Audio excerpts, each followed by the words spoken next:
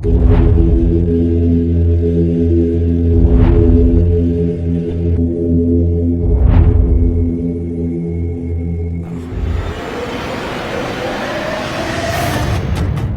vague de tsunami jusqu'à 4 mètres de haut et lancée à près de 40 km/h s'abat sur la Côte d'Azur. Ça paraît pas très haut parce qu'on a peut-être dans l'imaginaire que c'est une vague. Mais ce n'est pas une vague, c'est un mur d'eau qui va tout emporter avec lui.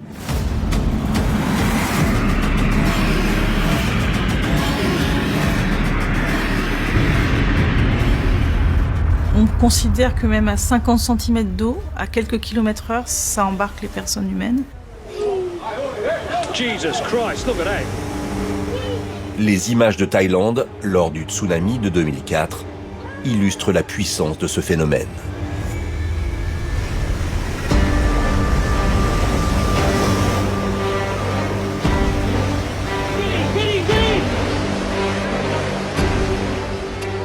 Ah ben, vous êtes balayé, vous êtes emmené avec la masse d'eau, hein. Il n'y a aucune possibilité de résister à la pression de l'eau, hein. Donc vous allez être emmené au gré du mouvement de l'eau. Même un bon nageur ne peut lutter contre des courants qui atteignent 2 mètres par seconde. Vous ne devenez ni plus ni moins qu'un débris. Vous êtes emporté, sans aucune possibilité de résister.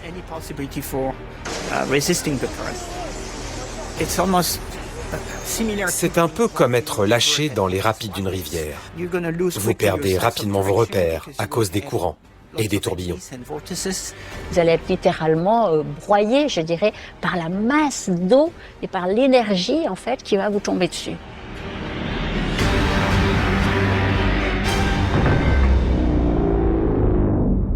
À Nice, la vague est stoppée par le haut mur de la promenade des Anglais. Sur Nice, le niveau de la ville est à peu près 3 à 4 mètres au-dessus du niveau de l'eau. Ça, c'est clairement une protection. Hi everyone, I'm Simon Sinek. Right now, the stock market in 2025 is in turmoil, tariff trade wars, and the deep sea craze are causing tech stocks to fluctuate wildly. Nvidia's market value has shot after shrunk by over 30%, and investor confidence is wavering. But I believe that real opportunities often. Mais toutes les villes de la Côte d'Azur n'ont pas cette chance. Après les plages, le tsunami continue sa course. Si on prend d'autres villes comme Cannes ou comme Fréjus, par exemple, on a toute une partie de l'urbanisme qui est vraiment au ras de l'eau.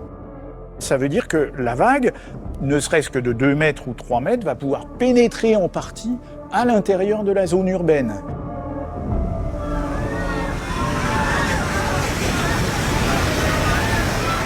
Ces vagues sont tellement rapides qu'elles peuvent tout emporter.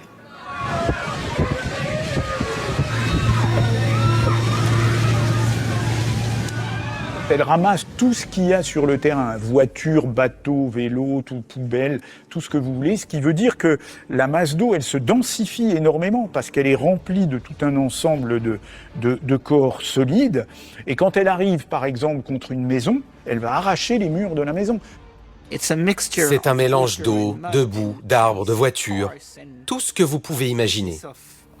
Tout ça comme dans un immense mixeur.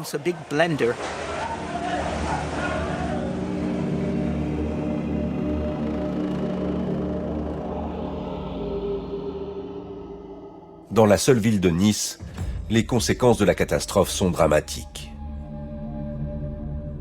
Selon les estimations du BRGM, le Bureau de recherche géologique et minière, le bilan pourrait atteindre plus de 200 morts et 3700 blessés. 64 000 personnes se retrouveraient sans abri.